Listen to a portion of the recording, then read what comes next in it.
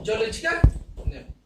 मोर का zoological name क्या हो जाएगा? पाउक्रिस्टेटस हो जाएगा। क्या हो जाएगा? पाउक्रिस्टेटस। क्या हो जाएगा? पाउक्रिस्टेटस। तो ये भी क्वेश्चन काफी महत्वपूर्ण क्वेश्चन पूछा जा सकता है। तो पहला हो जाएगा भारत का राष्ट्रीय वृक्ष हमने बता दिया। भारत का राष्ट्रीय पुष्प क्या हो गया? कमल हो गया। भारत का राष्ट्रीय पक्षी क्या हो गया? तो मोर हो गया। क्या हो गया? मोर। मोर का क्या हो जाएगा? पाउक्रिस्टेटस हो गया। कमल का क्या हो जाएगा? निलंबो नुसिफेरा हो जाएगा। क्या हो जाएगा? निलंबो नुसिफेरा हो जाएगा। अच्छा, एक क्वेश्चन और पूछा जा सकता है कि सत्यमेव जयते कहां से लिया गया है? सत्यमेव जयते,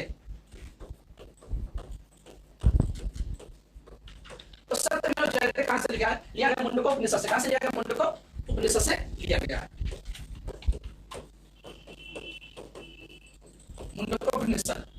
तो ये ध्यान रखना, अगर पूछ लेता कि सत्यमेव जयते कहां से लिया गया है, तो सत्यमेव जयते कहां से लिया गया? मुंडको उपनिषद से लिया गया। तो ये भी क्वेश्चन आप ध्यान रखना।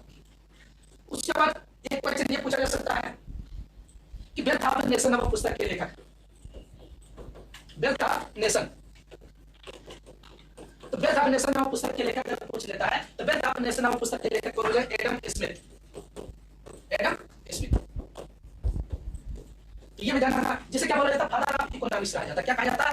अर्थशास्त्र के पिता। ये भी ध्यान रखना, अगर पूछ लेता है कि अर्थशास्त्र के पिता किसे, क्या पूछा जाता है? अर्थशास्त्र के पिता, यानी फादर ऑफ इकोनॉमिक्स के पिता भी कौन हो जाएंगे? एडम स्मिथ को कहा जाता है। क्या कहा जाता है? एडम स्मिथ को कहा जाता है। और बेलथाप नेशन नामक पुस्तक के अगर लेकर पूछ लेगा तो बेलथाप नेशन नामक पुस्तक के लेकर भी कौन हो जाएंगे? एडम स्मिथ हो जाएंगे। कौन हो जाएंगे? Adam Smith. तो ये क्वेश्चन भी ध्यान रखना।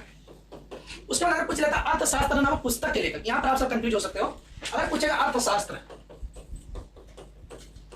अर्थशास्त्र नामक पुस्तक के लेखक, क्या पूछ लेता? अर्थशास्त्र नामक पुस्तक के लेखक। तो अर्थशास्त्र यहां पर देख लेना, अर्थशास्त्र यहाँ पिता पूछ रहा, फादर ऑफ इकोनॉमिक्स, लेकिन तो यहाँ पर क्या पूछ रहा? अर्थशास्त्र नामक पुस्तक के लेखक। ये लगभग तीनों क्वेश्चन रिपीट में आया हुआ, इसलिए हम आप सबको बता दे रहे हैं। तीनों लगभग कभी ना कभी पूछा गया। ये तो कानपुर यूनिवर्सिटी पेपर बनाया था तो पूछा, और ये भी दोनों क्वेश्चन लगभग पूछा गया। तो पहला बेलथाप नेशन एक बुक का नाम है, जिसके लेखक कौन है? आथर पूछा जा सकता है। इसके लेखक कौन है? एडम स्मिथ हो जाएंगे। फादर ऑफ इकोनॉमिक्स भी किसे कहा जाता है? तो एडम स्मिथ को कहा जाता है। अब आ जाता है कि अर्थशास्त्र नामक पुस्तक के लेखक कौन हो जाएंगे? तो अर्थशास्त्र नामक पुस्तक के लेखक हो जाएंगे चाणक्य। चाणक्य, या उसे क्या, उन्हें क्या कहा जाता है? कौटिल्य। चाणक्य, कौटिल्य, उन्हें क्या कहा जाता है? विष्णुगुप्त। क्या कहा जाता है? विष्णु। तो ये भी ध्यान रखना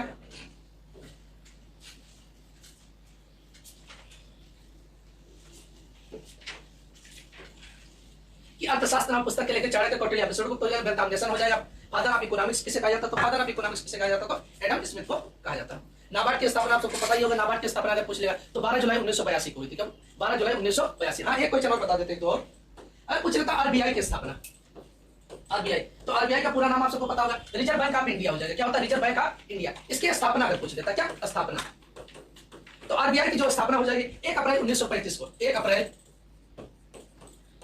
1935 को। तो ये ध्यान रखना कि आरबीआई की स्थापना, तो आरबीआई की स्थापना कब हुई थी? 1 अप्रैल 1935 को। अगर पूछ लेता कि आरबीआई का राष्ट्रीयकरण कब हुआ? आरबीआई का राष्ट्रीयकरण, आरबीआई का राष्ट्रीयकरण, तो आरबीआई का जो राष्ट्रीयकरण होता है नेशनलाइजेशन ऑफ आरबीआई, यानी आरबीआई का जो राष्ट्रीयकरण जिसे बोला जाता है नेशनलाइजेशन, क्या होता है? राष्ट्रीयकरण। तो आरबीआई का जो राष्ट्रीयकरण होता है 1 जनवरी 1949 को हुआ था। कब हुआ था? 1 जनवरी 1949 को हुआ था। तो ये ध्यान रखना कि आरबीआई के जो राष्ट्रीयकरण 1 जनवरी 1949 को हुआ था। आरबीआई की स्थापना कब हुई थी? तो 1 अप्रैल 1935 को हुई थी। किसके? 1 अप्रैल 1935 को। बैंकों का बैंक किसे कहा जाता? तो आरबीआई को कहा जाता है। ये भी ध्यान रखना, बैंकों का बैंक किसे कहा जाता? तो आरबीआई को कहा जाता है। उसके बाद हम देखते हैं जनरल क्वेश्चन। जनरल एग्रीकल्चर में स्टार्ट करते हैं हमारे 2-4 क्वेश्चन जीएस के हैं, जो हम आप सबको अगर 2-4-10 क्वेश्चन, अगर रोज 5 क्वेश्चन बताएंगे, 6 क्वेश्चन बताएंगे, तो हो सकता है बाई चांस 2-4 क्वेश्चन इससे आ सकते हैं। और वही क्वेश्चन बताएंगे जो काफी महत्वपूर्ण क्वेश्चन है, तो इसको आप सभी लोग हल्के मत लेना, एक क्वेश्चन अच्छे से याद करना, ठीक है? और हमें विश्वास भी है, उम्मीद भी है कि आपको जरूर इससे कोई ना कोई क्वेश्चन जरूर मैच करेंगे। कोई क्या हो सकता है 2-4-5 क्वेश्चन भी मैच कर सकते हैं। तो चलिए हम देखते हैं जनरल एग्रीकल्चर का जो मेरा लेक्चर रहेगा। अब देखिए इसमें पहला क्वेश्चन है, भारत में प्रति व्यक्ति प्रतिवर्ष, भारत में प्रतिवर्ष अरहर का उपभोग लगभग कितना करता है? अगर देखा जाए कि एक व्यक्ति एक वर्ष में कितना अरहर का सेवन करता है, चाहे वो दाल के यानी दाल बनाकर लोग सेवन करते हैं, तो प्रति व्यक्ति यानी अगर एक रेशियो देखा जाए कि एक व्यक्ति एक वर्ष में कितने अरहर की दाल का सेवन करता है, कितना अरहर का उपयोग करता है, तो लगभग हो जाएगा 11.34 किलोग्राम या लगभग 11.5 किलोग्राम प्रतिवर्ष अरहर का उपयोग करता है। तो ये हमारा, आप देखे होंगे इंटरमीडिएट की जब किताब उठाओगे अरहर की कल्टीवेशन दिया, वहां पर ये क्वेश्चन जरूर आपको मिलेगा। तो ये क्वेश्चन हो गया पहला क्वेश्चन कि भारत में प्रति व्यक्ति प्रतिवर्ष यानी एक व्यक्ति एक दिन में, यानी सॉरी एक वर्ष में कितने अरहर का उपभोग करता है, कितना सेवन करता है अपने दैनिक जीवन में एक वर्ष में, तो 11.34 किलोग्राम। नेक्स्ट क्वेश्चन आ जाता है, अरहर में कौन सी अमीनो एसिड पाई जाती है? Which amino acid are found in, क्या बोला जाता है, यानी अरहर बोला जाता है, क्या बोला जाता है अरहर? तो पूछा जा सकता है कि अरहर में कौन सी अमीनो एसिड पाई जाती है या अमीनो अम्ल पाई जाती है? तो लाइसिन, यहाँ पर कमा लगा लेना, लाइसिन, सिस्टीन और आर्जिनिन, तीनों इसमें पाई जा सकती है। क्या? लाइसिन, सिस्टीन और आर्जिनिन, तो तीनों आप ध्यान रखना कि अरहर में कौन से यानी कौन सा अम्ल इसमें पाया जाता है, कौन सा अमीनो अम्ल पाया जाता है। तो 3 अमीनो अम्ल पाए जाते हैं, लाइसिन पहला हो जाएगा, दूसरा सिस्टीन हो जाएगा, तीसरा आर्जिनिन हो जाएगा। क्या हो जाएगा? आर्जिनिन। जैसे धान में पूछ लेता कौन सी प्रोटीन पाई जाती है? ओराइजिन। धान में कौन सी प्रोटीन पाई जाती है? ओराइजिन। गेहूं में कौन सी प्रोटीन पाई जाती है? ग्लूटिन। मक्का में कौन सी प्रोटीन पाई जाती है? तो जिंक प्रोटीन पाई जाती है। तो ये क्वेश्चन प्रति व्यक्ति एक व्यक्ति को एक दिन में कितने प्रति व्यक्ति को एक वर्ष में कितने अरहर का सेवन करना चाहिए? तो 11.34 किलोग्राम या 11.5 किलोग्राम। अरहर में कौन सा अमीनो अम्ल पाया जाता है? तो लाइसिन हो जाएगा, सिस्टीन हो जाएगा और हमारा क्या हो जाएगा? आर्जिनिन हो जाएगा। एक क्वेश्चन और ध्यान रखना, अरहर को क्या बोला जाता है? तुर।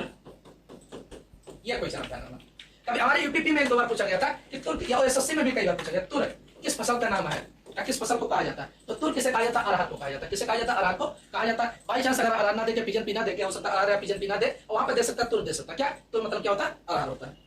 अब हम आगे देखते हैं नेक्स्ट क्वेश्चन। अब देखिए अगला क्वेश्चन आ जाता है कि विश्व में सबसे अधिक अरहर का क्षेत्रफल उत्पादन किस देश का है? मतलब कौन सा ऐसा देश है विश्व में जो सबसे अधिक अरहर का क्षेत्रफल उत्पादन जिस देश में होता है? तो वो कौन सा देश हो जाएगा? भारत हो जाएगा। कौन सा? भारत। तो ये ध्यान रखना कि विश्व में सबसे अधिक अरहर का क्षेत्रफल उत्पादन, एरिया एंड प्रोडक्शन, मतलब क्षेत्रफल उत्पादन मतलब क्या होता है? Area and production. तो कौन सा हो जाएगा हमारा? भारत। उसके बाद आता कि भारत में सबसे अधिक अरहर का उत्पादन किस राज्य में होता है? तो उत्तर प्रदेश में होता है। कहां पर होता है? उत्तर प्रदेश में होता है। ये देना।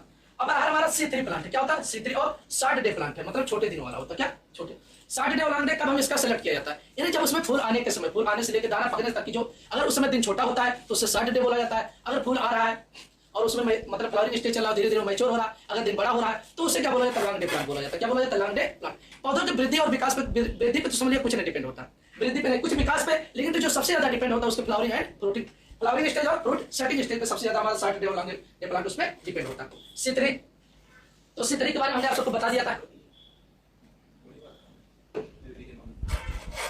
C3 के बारे में एक बार हम आप सबको मार्कोलॉजी, मार्कोलॉजी मतलब क्या होता है? बाहरी संरचना देख के कैसे बता सकते हैं C3 प्लांट या C4? तो एक बार दोबारा हम रिपीट कर दे रहे हैं, आप सबको एक बार हमने बताया था। C3 प्लांट वो प्लांट होते हैं जिनकी पत्तियां पतली होती, उन्हें C3 प्लांट बोला जाता है। जैसे हमारा गेहूं, धान, क्या हो जाएगा?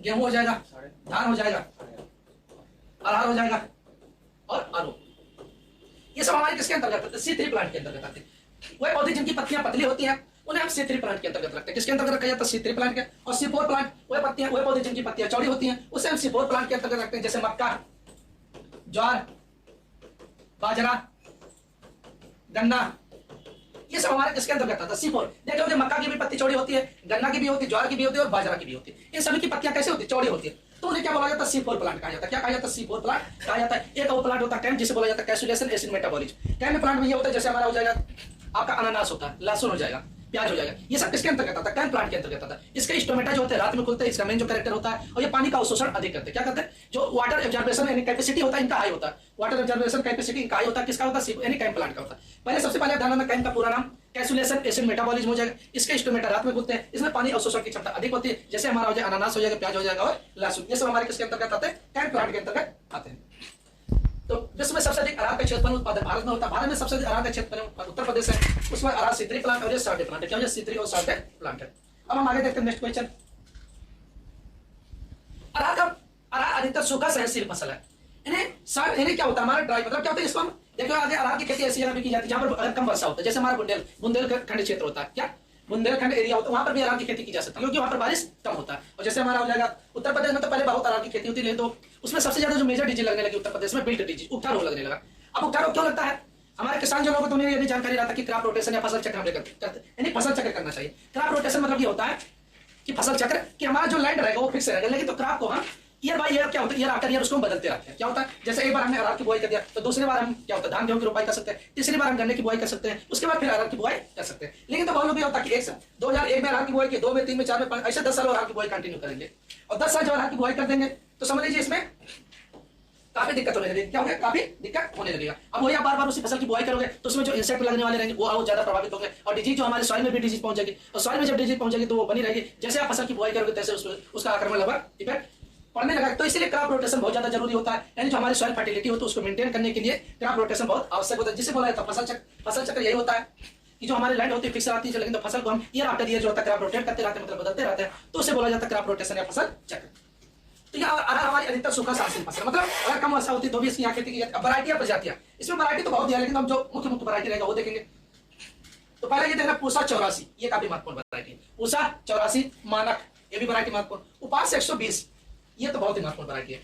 लगभग ये वैरायटी तो अक्सर पूछा जाता है कि उपास 120 ऐसे लिख देगा, उपास 120। उपास 120 किसकी वैरायटी है? तो किसकी है? अरहर की। अब लोग जानते होंगे गांव में लोग कहते हैं कि आज उपास है, मतलब खाना वाना नहीं खाते हैं। लोग कहते हैं कि आज हम उपास है, मतलब खाना वाना नहीं खाएंगे। तो उससे समझ लेना उपास है तो मतलब ये किसकी वैरायटी? अरहर की प्रजाति। किसकी है? अरहर की प्रजाति है। बहुत ही सिंपल वैरायटी है। अगर आपको कंफ्यूजन होता है तो बता देना कि आज हम उपास है, तो समझ लेना किसकी वैरायटी? अरहर की प्रजाति। तो अगर वहां उपास 120 आ जाए तो किसकी वैरायटी मानी जाएगी? अरहर की प्रजाति। तो पूसा 84 मानक, उपास 120 120 हो जाएगा। उसके बाद आजाद हो जाएगा। क्या हो जाएगा? आजाद हो जाएगा। उसका नरेंद्र अरहर, क्या हो जाएगा? नरेंद्र अरहर। उसका कभी कभी पूछ लेता आशा भी अरहर के अंतर्गत आती है। क्या? आशा भी अरहर की प्रजाति। तो इसको भी नोट कर लेना, आशा अरहर की भी है और मक्का की भी है, दोनों की वैरायटी पूछी जा सकती है। तो अगर मक्का दिया है तो मक्का लगाएंगे, अगर अरहर दिया तो अरहर लगाएंगे। तो ये हमारी वैरायटी है, प्रजातियां हो गई। ICPH पूसा 84 मानक, उपास 120 हो जाएगा। क्या हो जाएगा? उपास 120, आशा हो जाएगा, आजाद हो जाएगा। और ICPH एक वैरायटी आती है सर, आगे वैरायटी है। तो ये वैरायटी में ध्यान रखना, ICPH 8, ये भी अरहर की वैरायटी और काफी महत्वपूर्ण और फेमस वैरायटी। क्या? काफी महत्वपूर्ण और फेमस वैरायटी। तो ये ध्यान रखना। बाकी अब हम देखते हैं हमारा, अब देखते हैं नेक्स्ट क्वेश्चन। अब देखो मालवी चमत्कार, हाँ ये भी एक वैरायटी हमारी है। अब मालवी चमत्कार में कुछ इसके कैरेक्टर जो है, इसका सिम्टम या लक्षण का कैरेक्टर, उसको भी हम देख लेते हैं। इसके एक पौधे में लगभग 1500 फलियां, इसके एक पौधे में 1500 फलियों से लगभग 6000 दाने प्राप्त होते हैं। 1500 फलियों से लगभग हमें 6000 दाने प्राप्त होते हैं।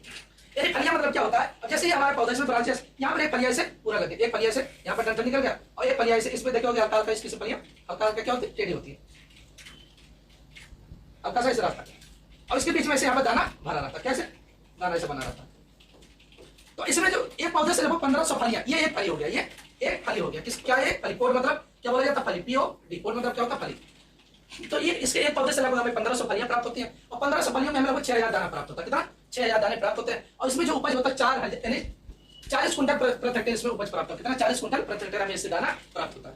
कितने कुंटल? 40 कुंटल प्रति हेक्टेयर दाना हमें इससे प्राप्त होता है। तो मालवी चमत्कार, पहले ये क्वेश्चन ध्यान रखना कि मालवी चमत्कार इस वैरायटी ऑफ अरहर की वैरायटी है।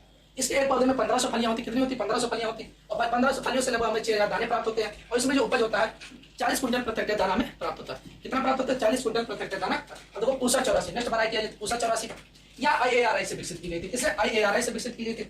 और यह प्रजाति उप था वह झुलसा रोग के प्रति प्रतिरोधी होती है। मतलब इसमें बेल्ट डिजीज और ब्लाइट मतलब झुलसा रोग, ये दोनों बीमारी इसमें नहीं लगता है। तो ये आप इसमें ध्यान रखना कि पूसा 84 अरहर की प्रजाति है। कहां से निकाली गई या डेवलप की गई? IARI से, इंडियन एग्रीकल्चरल रिसर्च इंस्टीट्यूट। कहां से? इसकी स्थापना, IARI की स्थापना आप सबको पता ही होगा। इसकी जो स्थापना हुई थी 1905 में हुई थी। कब हुई थी? 1905 में। 1905 में इसकी स्थापना हुई थी। 1934 में वहां पर भूकंप आ गया था पूसा बिहार में। 1936 में से ट्रांसफर कर दिया गया पूसा, यानी पूसा न्यू दिल्ली में। उसके बाद 1958 में इसका, पहले इसका जब स्थापना हुआ था तो आप सबको बता देते हैं, जब स्थापना हुआ था तो इसका नाम था इंपीरियल एग्रीकल्चरल रिसर्च इंस्टीट्यूट था। क्या था? इंपीरियल एग्रीकल्चरल रिसर्च इंस्टीट्यूट था। लेकिन तो 1958 में इसका नाम बदल के कर दिया गया था, इंडियन एग्रीकल्चरल रिसर्च इंस्टीट्यूट कर दिया। तो आज जो पूछा जाता है हमारा यही पूछा जाता है कि IARI का पूरा नाम क्या? इंडियन एग्रीकल्चरल रिसर्च इंस्टीट्यूट, जो कहां पर स्थित है? न्यू दिल्ली में स्थित है। तो पूसा 84 वहीं से वैरायटी निकाली गई है, जो बिल्ट या उठा डिजीज और झुलसा रोग के प्रति रेसिस्टेंट होती है, मतलब प्रतिरोधी होती है, उसमें यह बीमारी नहीं लगती। तो पहला मालवी चमत्कार, दूसरा हमने बता दिया पूसा 84। अब देखते हैं नेक्स्ट क्वेश्चन। देखो आज हम धीरे पढ़ा रहे हैं, कुछ बच्चे कहते हैं सर बहुत तेज पढ़ाते हो, स्पीड ज्यादा हो जाती है, ठीक है, तो इसलिए थोड़ा स्लो किया है। देखो बुलेट की तरफ ये चलते धीरे धीरे। जब चलो देखते हैं सोइंग टाइम है, बुआई का समय। क्या देखते हैं? सोइंग टाइम है, बुआई का समय। अब देखो रेनी सीजन, वर्षा ऋतु में, वैसे अरहर की जो मुख्य बुआई है होता हमारा रेनी सीजन है, वर्षा ऋतु में। तो अरहर की जो बुआई का अगर मुख्य समय पूछ लेता है तो जुलाई का प्रथम सप्ताह ही माना जाता है। क्या? फर्स्ट वीक ऑफ जुलाई, जुलाई का प्रथम सप्ताह माना जाता है। चाहे रेनी सीजन या सामान्य रूप से पूछ लेगा तो जुलाई का प्रथम सप्ताह। इरिगेटेड क्षेत्र में भी हम जून के मध्य तक इसकी बुआई कर देते हैं। इरिगेटेड मतलब जहां पर हमें सिंचाई की सुविधा उपलब्ध होती है। अगर अगेती बुआई करते तो 15 जून तक, 5 जून के आसपास इसकी बुआई कर देते हैं। तो ये ध्यान रखना। पहला हमने अरहर की बुआई बता दिया आप सबको, जून के प्रथम सप्ताह में, चाहे रेनी सीजन या सामान्य रूप से। इरिगेटेड एरिया मतलब सिंचित क्षेत्रों में 15 जून तक इसकी बुआई कर सकते हैं। अगर अगेती बुआई करते हैं तो 5 से 10 जून तक इसकी बुआई कर देते हैं। इसके बाद हम देखते हैं नेक्स्ट क्वेश्चन। अब ये तो सीड रेट, हाँ यहाँ से एक कॉमन क्वेश्चन जो पूछा जाता है कि अरहर की बीज दर, तो एक आप सबको हम बता दे रहे हैं कॉमन सामान्य रूप से जो पूछा जाता है कि अगर पूछ लेता कि अरहर की बीज दर सामान्य रूप से बिना कोई कंडीशन लगाए तो 12 से 15 किलोग्राम प्रति हेक्टेयर, आप आंख बंद करके लगा दीजिए। कितना होता है? 12 से 15 किलोग्राम प्रति हेक्टेयर। अगर पूछ लेता है ऐसे कि अरहर की बीज दर कितनी होती है, तो 12 से 15 किलोग्राम प्रति हेक्टेयर, इसी के आसपास, मतलब ये एकदम राइट आंसर है कि अरहर की बीज दर कितनी होती है, तो 12 से 15 किलोग्राम। लेकिन अगर यहाँ पर पूछ लेगा अगेती प्रजातियों की बीज दर, तो 14 से 15 किलोग्राम। इसमें स्पेसिंग कितना रखा जाता है, 60 इंटू 20 सेंटीमीटर। लेट अगर हम लोग बुआई करते तो 10 से 12 किलोग्राम बीज दर रखते हैं। इसमें स्पेसिंग 120 इंटू 30 सेंटीमीटर रखा जाता है। ये तो ऐसे बहुत कम पूछेगा आपको केस में कि अगेती प्रजाति की अरहर की बीज दर, या लेट अगर हम बुआई करते तो उसकी बीज दर, ये नहीं पूछता। सीधा सीधा यही पूछता है कि अरहर की बीज दर कितनी होती है, तो 12 से 15 किलोग्राम प्रति हेक्टेयर होती है। जितना ज्वार का होता है उतना अरहर का होता है। ज्वार मतलब ज्यादा, ज्वार मतलब ज्यादा, और बाजरा की बीज दर 4 से 5 किलोग्राम होती है। लेकिन तो अरहर की जो बीज दर होती है वो कितना होता है, 12 से 15 किलोग्राम प्रति हेक्टेयर होता है। स्पेसिंग इतना महत्वपूर्ण नहीं है, लेकिन तो सीड ज्यादा महत्वपूर्ण है, क्योंकि ये क्वेश्चन आप सबके लिए मतलब लगभग पूछा भी गया कंपटीशन में, और महत्वपूर्ण है। अब हम देखते हैं नेक्स्ट क्वेश्चन, आईसीपीएच 8। देखो अभी हमने जो आप सबको बता रहे थे वो यही ये वैरायटी का नाम आ गया आईसीपीएच 8। पहला ये भी ध्यान रखना कि आईसीपीएच 8 अरहर किसकी प्रजाति, अरहर की। और कैसी वैरायटी, हाइब्रिड प्रजाति, कैसी संकर प्रजाति, कैसी प्रजाति है, संकर प्रजाति, जो कहां से विकसित की गई, 21 सेट, कहां से, 21 से 1991 में, जो कहां पर स्थित है, हैदराबाद में स्थित। कहां पर स्थित है, हैदराबाद में स्थित है। एक क्वेश्चन और आप सबको बता देते हैं। अगर पूछ लेता कि भाषा के आधार पर अलग होने वाला भारत का प्रथम राज्य, भाषा, ये भी जीएस का क्वेश्चन रिपीटेड में पूछा गया था। भाषा के आधार पर, on the basis of language, भाषा के आधार पर अलग होने वाला प्रथम राज्य,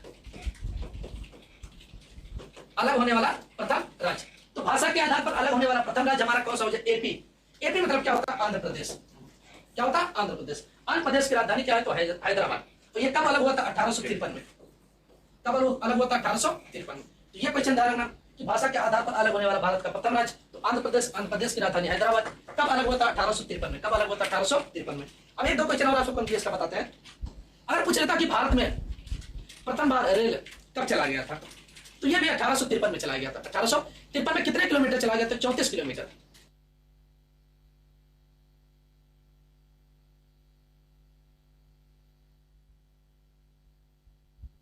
प्रत्यक्ष होता है, देखा, बर्गर।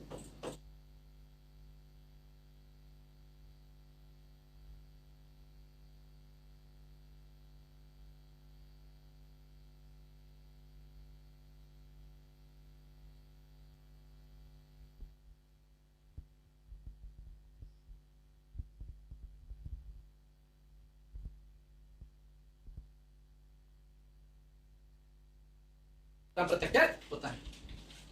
स्पेसिंग इतना महत्वपूर्ण नहीं है, लेकिन तो सीडर ज्यादा महत्वपूर्ण, क्योंकि ये क्वेश्चन आप सबके लिए मतलब लगभग पूछा भी गया कंपटीशन में, और महत्वपूर्ण है।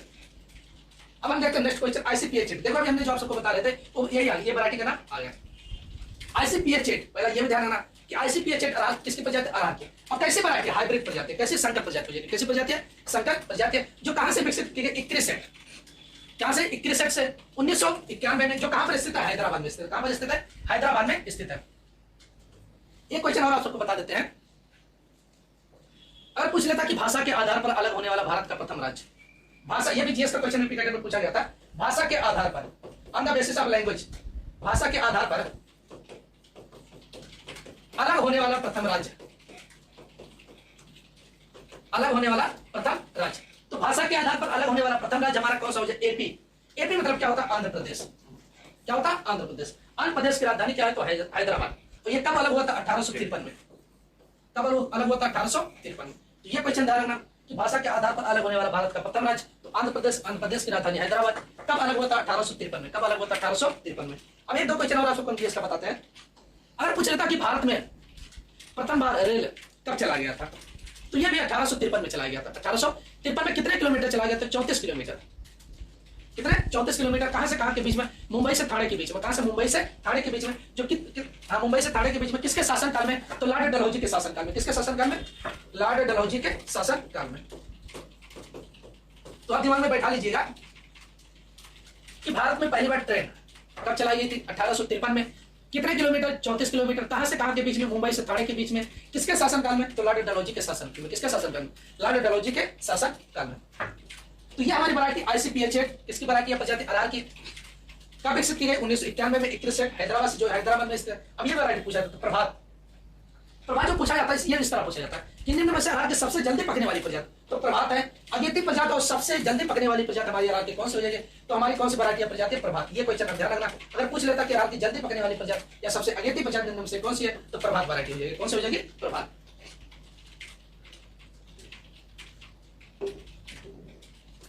तो इसको आप ध्यान रखना।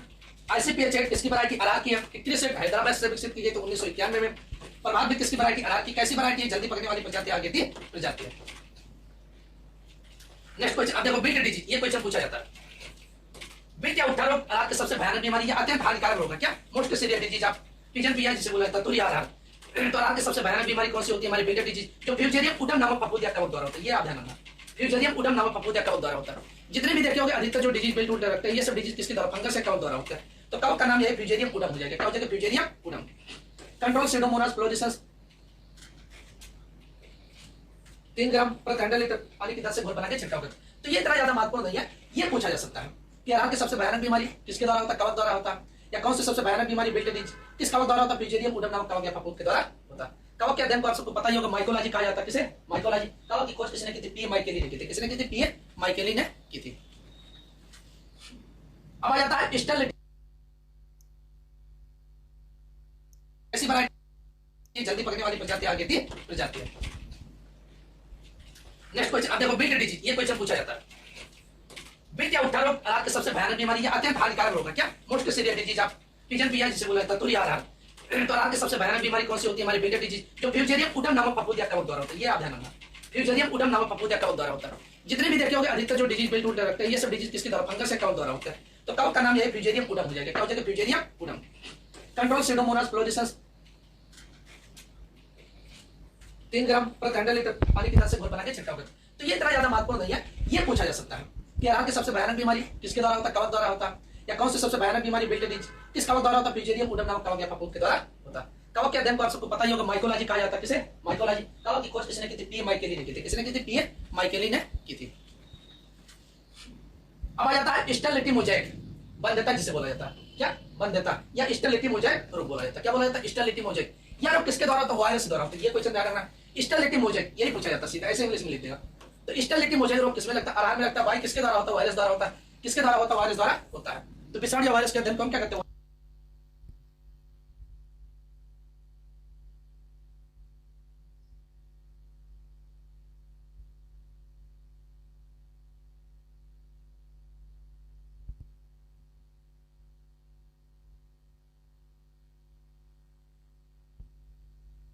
वायरोलॉजी कहा जाता है। क्या कहा जाता है, वायरोलॉजी कहा जाता है। इसके कंट्रोल के लिए हम जो प्रभावित पौधे होते हैं उसको काटकर नष्ट कर देते हैं, या उसको मतलब जला देते। क्या कर देते, जला देते। तो पहला बीट डिजीज, दूसरा हो जाए स्टेरिलिटी मोजाइक रोग। उसके बाद एक और पूछा जाता है, कैंकर डिजीज किसमें होता है। आप सब ऐसे नोट कर लेना, कैंकर रोग। तो कैंकर डिजीज जो होता है ये भी किसमें होता है, अरार में होता है। आप नोट कर लेना अलग से, बाई चांस कभी पूछ लेता है तो कैंकर डिजीज किसमें लगता है, तो ये भी अरार में लगता है। किसमें लगता है, अरार में लगता है। देखो इसमें तो है बहुत कुछ, लेकिन तो हम आप सबको केवल वही क्वेश्चन बता रहे हैं यहाँ पर जो परीक्षा के दृष्टि से काफी महत्वपूर्ण क्वेश्चन है। अरार में प्रोटीन की मात्रा अगर पूछ लेगा तो 22% होता है। कितना होता है, 22%, 22.5% अरार में प्रोटीन की मात्रा पाई जाती है, 22% होता है। तो ये आप ध्यान रखना कि अरार में प्रोटीन की मात्रा लगभग 21 से लेकर 23 तक दे सकता है। तो 22, 21, 22, 23 भी हम याद रखेंगे। इसके बाद हम देखते हैं नेक्स्ट क्वेश्चन। अब हार्वेस्टिंग देखो, अरार के कितने प्रतिशत फलियां पककर तैयार हो जाते हैं, उसकी हार्वेस्टिंग करते हैं। तो अरार में लगभग 75 से 80% जो उसकी फलियां पककर तैयार हो जाती है। तो इन फसलों की हार्वेस्टिंग करते हैं। इंडिया उपज करते हैं 16 से 20 क्विंटल प्रति हेक्टेयर होता है दाना। अगर लकड़ी की बात किया जाए तो 50 से 60 क्विंटल प्रति हेक्टेयर इसमें लकड़ी प्राप्त होता है। देखिए होंगे कि अरार में दाना कम प्राप्त होता है, लेकिन तो लकड़ी अधिक, क्योंकि उसका पौधा ही काफी बड़ा होता है, उसमें काफी ब्रांचें शाखाएं निकलती है। अरार के जो फूल का कलर होता है, फ्लावर कलर कैसा होता है, बहुत काफी स्टूडेंट देखोगे हो सकता है। तो अरार के जो फ्लावर कलर होता है वो येलो होता है। कैसा होता है, येलो यानी पीला होता है। तो ये आप ध्यान रखना कि अरार के फूल का रंग कैसा होता है, येलो या पीला होता है। तो हार्वेस्टिंग हम कब करते हैं, जब इसकी फलियां लगभग 75 से 80% मैच्योर हो जाती हैं, तब इनकी हार्वेस्टिंग करते हैं। इंडिया उपज दाना की बात की जाए तो 16 से 20 क्विंटल प्रति हेक्टेयर, लकड़ी की बात की जाए तो 50 से 60 क्विंटल प्रति हेक्टेयर इसमें एक्स्ट्रा मटेरियल मिलता है। इसके बाद हम देखते हैं नेक्स्ट क्वेश्चन, सरसों। इसके बारे में हम देख लेते हैं, कुछ कॉमन क्वेश्चन है।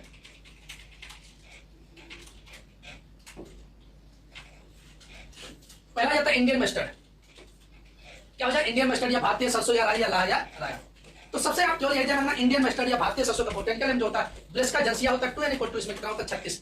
अगर देखोगे कि अगर सरसों का बोटेनिकल हम देखें तो वहां लिख देता है ब्रेस्का स्पीसीज, क्या लिख देता है, ब्रेस्का स्पीसीज। तो ब्रेस्का स्पीसीज का मतलब इसके अंतर्गत कई जातियां आती, क्या कई जातियां आती। तो सभी जातियों के बारे में हम यहाँ पर देखेंगे बोटेनिकल।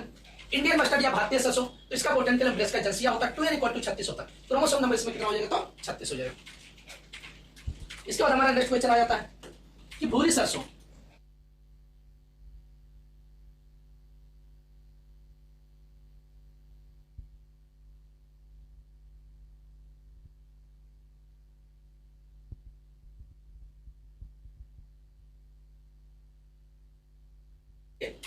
ब्रेस्का कंपेस्टिस इसमें सेम रहेगा, लेकिन तो यहाँ पर इसके वैरायटी बदल जाएगा, डाइचोटोमा हो जाएगा। क्या हो जाएगा? डाइचोटोमा हो जाएगा।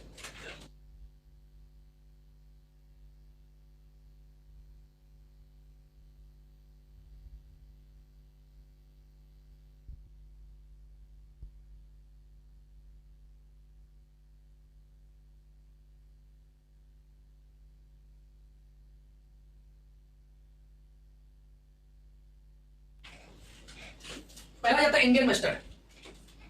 क्या हो जाए? इंडियन मस्टर्ड या भारतीय सरसों या राई या लाह या राय। तो सबसे आप केवल ये जानना, इंडियन मस्टर्ड या भारतीय सरसों का बोटेनिकल नेम जो होता है, ब्रेस्का जंसिया होता है, 2 n = इसमें कितना होता है? 36। अगर देखोगे कि अगर सरसों का बोटेनिकल नेम हम देखें तो वहां लिख देता है ब्रेस्का स्पीसीज। क्या लिख देता है? ब्रेस्का स्पीसीज। तो ब्रेस्का स्पीसीज का मतलब इसके अंतर्गत कई जातियां आती। क्या कई जातियां आती? तो सभी जातियों के बारे में हम यहाँ पर देखेंगे बोटेनिकल नेम। इंडियन मस्टर्ड या भारतीय सरसों, तो इसका बोटेनिकल नेम ब्रेस्का जंसिया होता है, 2 n = 36 होता है। क्रोमोसोम नंबर इसमें कितना हो जाएगा? तो 36 हो जाएगा। इसके बाद हमारा नेक्स्ट क्वेश्चन आ जाता है कि भूरी सरसों। क्या हो जाएगा? भूरी सरसों, ब्राउन मस्टर्ड जिसे बोला जाता है या इंडियन राई बोला जाता है। तो भूरी सरसों का ब्रेस्का कंपेस्टिस, देखिए ब्रेस्का कंपेस्टिस इसमें सेम रहेगा, लेकिन तो यहाँ पर इसके वैरायटी बदल जाएगा, डाइचोटोमा हो जाएगा। क्या हो जाएगा? डाइचोटोमा हो जाएगा। तो ये हमें ध्यान रखना कि भूरी सरसों का अगर पूछ लेता है ब्राउन मस्टर्ड या भूरी सरसों का बोटेनिकल नेम ब्रेस्का कंपेस्टिस वैरायटी डाइचोटोमा हो जाएगा। क्या हो जाएगा? डाइचोटोमा, 2 n = हो जाएगा 20। पीली सरसों का बोटेनिकल नेम वही रहेगा, ब्रेस्का कंपेस्टिस वैरायटी सरसों हो जाएगा। वैरायटी क्या होता है? सरसों।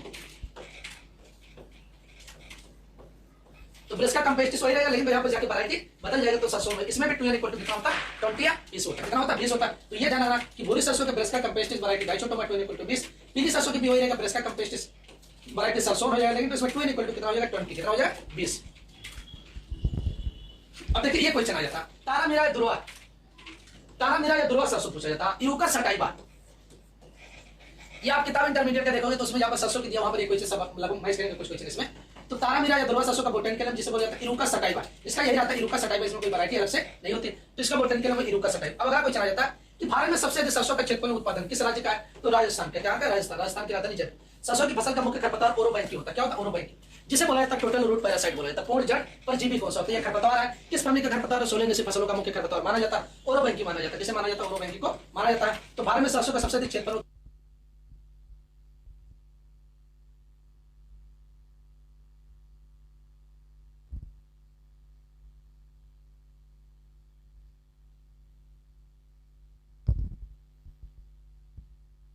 राजस्थान में होता है। क्षेत्रफल की दृष्टि से भारत का सबसे बड़ा राज्य कौन सा? राजस्थान। और सबसे छोटा राज्य गोवा। गोवा की राजधानी क्या हो जाएगी? तो पणजी हो जाएगा। सरसों की फसल का मुख्य खरपतवार कौन सा होता है? ओरोबैंकी होता है। क्या होता है? ओरोबैंकी, जिसे बोला जाता है टोटल रूट पैरासाइट या सोलेनेसी फसलों का मुख्य खरपतवार माना जाता है। इसके बाद हम देखते हैं नेक्स्ट क्वेश्चन।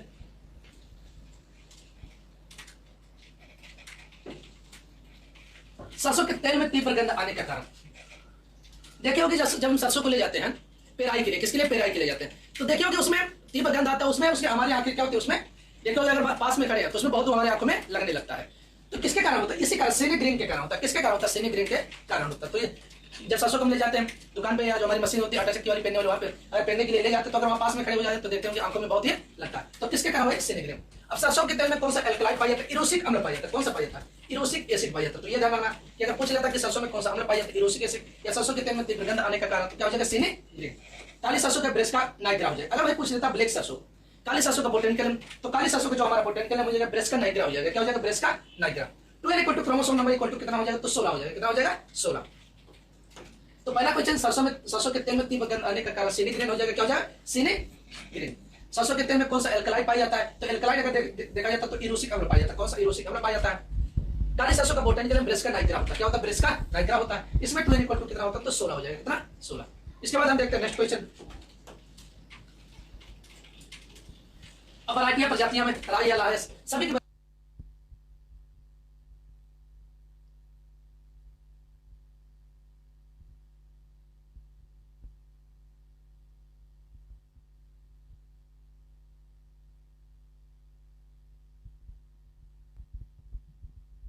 किरण। किरण इसे बोला जाता है पीपीसी 9225।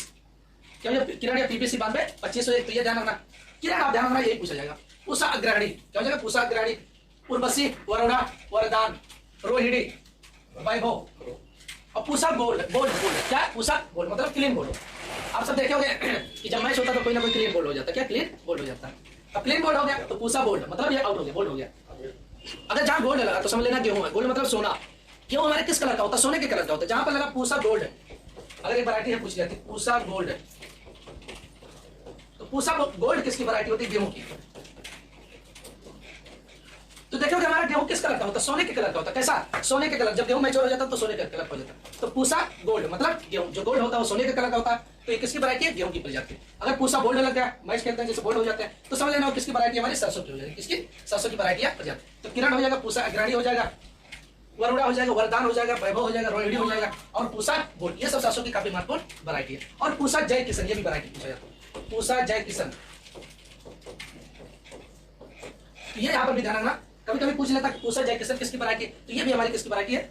सरसों की वैरायटी मिलेगा। इसके बाद हम देखते हैं नेक्स्ट क्वेश्चन। अब भूरी सरसों हमारा दे दिया है, तो भूरी सरसों में पूसा कल्याणी हो जाएगा। क्या? पूसा कल्याणी। अब देखिए पूसा कल्याणी जो वैरायटी कहां से विकसित की गई? ये 1972 में कानपुर से विकसित की गई थी। कहां पर? 1972 में कानपुर से निकाली गई थी। इसमें तेल की मात्रा 45।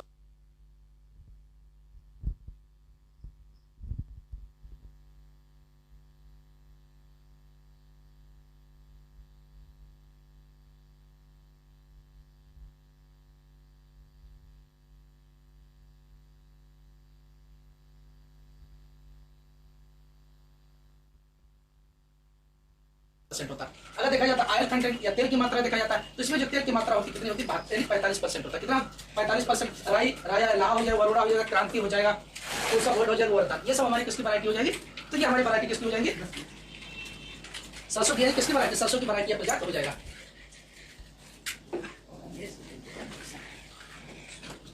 तो भूरी सरसों का वैरायटी पूसा कल्याणी। पूसा कल्याणी इस तरह भी पूछा जा सकता है, और ऐसे पूछ लेता है कि पूसा कल्याणी किसकी वैरायटी प्रजाति, तो किसकी हो जाएगी हमारी? सरसों की वैरायटी प्रजाति है। पूसा कल्याणी कहां से निकालेगी? 1972 में कानपुर से निकालेगी। कहां पर? 1972 में कानपुर। इसमें तेल की मात्रा 45% होता है। ये क्वेश्चन हो गया। इसके बाद हम देखते हैं नेक्स्ट क्वेश्चन। तो सीट रेट यहाँ पर अगर बीज दर पूछ लेता है, तो हमारी जो सरसों की बीज दर होती है 5 से 6 किलोग्राम। कितना होता है? 5 से 6 किलोग्राम। अगर वही पूछ लेता तोरिया सरसों, तोरिया सरसों की स्पीसीज जाती है। क्या? तोरिया सरसों की जाते हैं। इसकी बीज दर अगर पूछ लेगा तो 4 किलोग्राम प्रति हेक्टेयर होता है। कितना होता है? 4 किलोग्राम प्रति हेक्टेयर हो जाएगा। वैसे सामान्य रूप से जो सरसों की बीज दर होती है 5 से 6 किलोग्राम, लेकिन तो तोरिया सरसों की बीज दर कितनी होती है? 4 किलोग्राम प्रति हेक्टेयर होती है। थिनिंग की क्रिया किसमें की जाती है? सरसों में की जाती है। क्या? अब थिनिंग क्या होता है? जो अनावश्यक पौधे होते हैं या कुछ, अगर हम बीज की बुआई करते हैं, कुछ पौधे हमारे पास यानी उग जाते हैं। अगर पास उग जाते हैं तो दूरी की स्पेसिंग यानी दूरी को मेंटेन करने के लिए हम कुछ पौधों को वहां से निकाल देते हैं, तो उसी को बोला जाता है थिनिंग या छटनी। क्या बोला जाता है? थिनिंग या छटनी उसे बोला जाता है। तो ये आप ध्यान रखना। तो थिनिंग की क्रिया किसमें की जाती है? और फसलों में थिनिंग की क्रिया की जाती है, जैसे हमारा मक्का होगा उसमें भी किया जाता है। अब हम आगे देखते हैं नेक्स्ट क्वेश्चन। सरसों की फसल जो मुख्य हानिकारक कीट होता है हमारा माहू या चेपा कीट। माहू जो होता है सबसे मुख्य फसल मुख्य हानिकारक कीट माना जाता है। तो सरसों की फसल का सबसे हानिकारक कीट ये होता है। अब इसमें इंडिया उपज देख लेते हैं। तो राई सरसों में उपज 15 से 20 क्विंटल प्रति हेक्टेयर होता है। तो यह सरसों में 12 से 15 क्विंटल प्रति हेक्टेयर होता है। तो ये ध्यान रखना कि अगर सबसे हानिकारक कीट कौन सा माना जाता है? माहू माना जाता है सरसों की फसल का। इंडिया उपज में तो सरसों में राई या सरसों 15 से 20 क्विंटल, अगर तो यह सरसों पूछ लेगा तो 12 से 15 क्विंटल। सरसों में तेल की मात्रा अगर देखा जाता तो 33 से 48% के आसपास रेशियो चलता है। लेकिन तो अगर यहाँ पर देख लेते हैं पीली या भूरी सरसों में 35 से 48% होता है। राई जो हमारी सरसों होता है उसमें 33 से 42% होता है। तोरिया सरसों में 33 से 46% होता है। और तारा मीरा सरसों में 30 से 35% होता है। अगर एक जात के बारे में देखेंगे तो इसमें लगभग अलग आ सकता है, लेकिन तो इसमें लगभग चलता है 35 से 48% के बीच में इसमें रेशियो चलता है कि सरसों में तेल की प्रतिशत मात्रा कितनी होती है। इसके बाद हम देखते हैं नेक्स्ट क्वेश्चन।